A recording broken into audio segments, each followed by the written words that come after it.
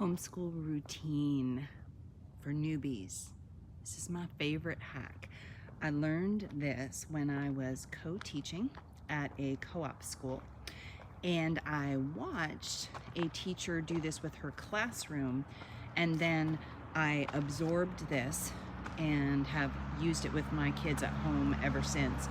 Now I'm walking, you're going to hear local traffic go by, and hopefully it won't be too much of a disruption.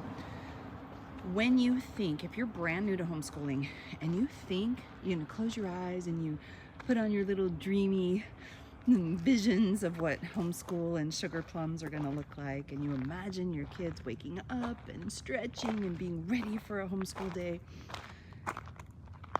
I get it. Dream big.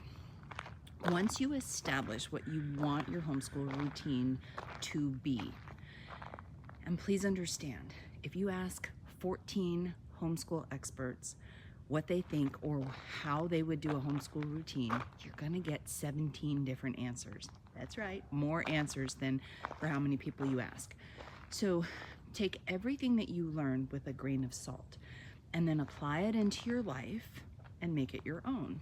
So you're going to look at your homeschool day, you're gonna look at, and I have a class on the 3 stages of homeschool, which may be of incredible value to you. I wish I had this class when I first started. The link's in the description. And if you need help, please don't hesitate to reach out to me. I love to talk to homeschoolers. So you think about your life, your family, your pets, your kids, what ages and stages they are, and where you are in the homeschool journey.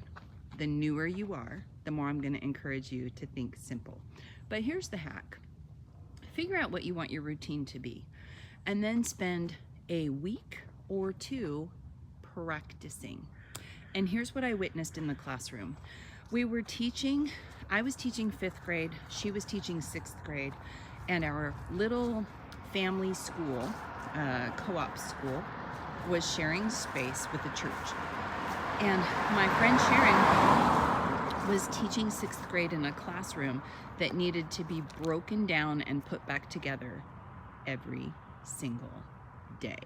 The kids needed to come in, roll out the tables, put out the chairs, and at the end of the day, they needed to put everything back.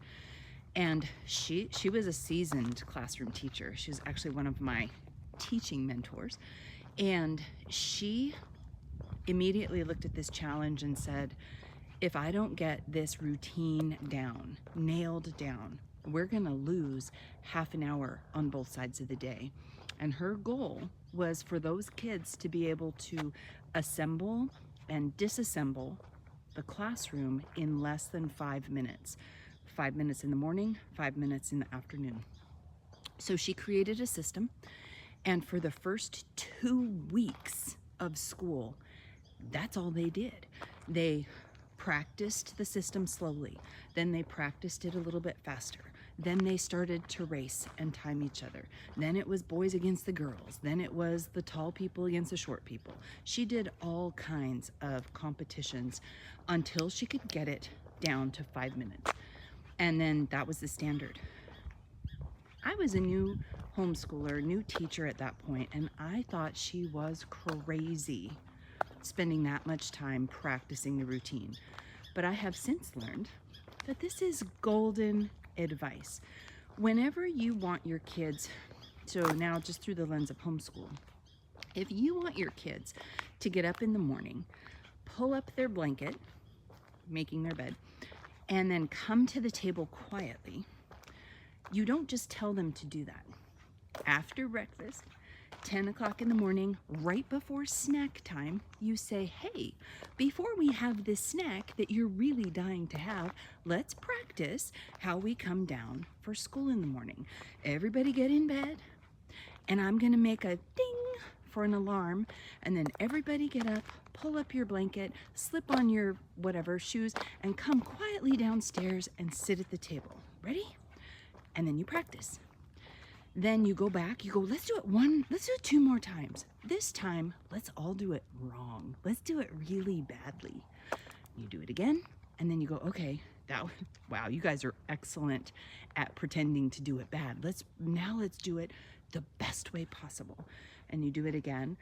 Great, here's a snack, move on with your day. When you're stepping into homeschool, you're gonna have this rhythm to your house. Some of you are gonna have a schedule that says 7 o'clock, 7:20, 7:35, 8 o'clock, etc. Some of you are like me, where you will get up, it's breakfast, after breakfast it's this, after that it's this, whatever it works, whatever it is for your family. Whenever you are expecting your kids to do something new, practice the routine for days during times of non-conflict, during times when everybody's happy, and the reward after they're done, here comes another car. The reward for after they're done, that was a big smelly truck. The reward for after they're done is a snack or a break outside or some art project. So as a new homeschooler, establishing a routine, know that as your kids grow, as you add more things to the plate, that you as the grown-up are gonna think, this is great. We're gonna get up, we're gonna do Bible, we're gonna do math, we're gonna do English, we're gonna have a snack, then we're gonna do history and science and be done by 11. Your kids are not gonna play along. And especially if you have a dog, they're really not gonna play along. So make sure you practice your routines and watch for problem areas in your day. If everything's going smoothly and suddenly a particular pocket of time in the day is not going well, practice it the next day, and the next day, and the next day, until the kids get it right. I'm walking up a hill. The point during practice is not, I repeat, not to do school. The point is to just practice the routine and then you're done. So if you're practicing a math routine, sorry, my hand got in the way. If you're practicing a math routine, the math lesson for the day is practicing whatever that means. Getting the math book out, sharpening the pencils, getting your scratchbook paper or scratch paper, and being ready. So just practice the routines, and I promise this goes a very long way.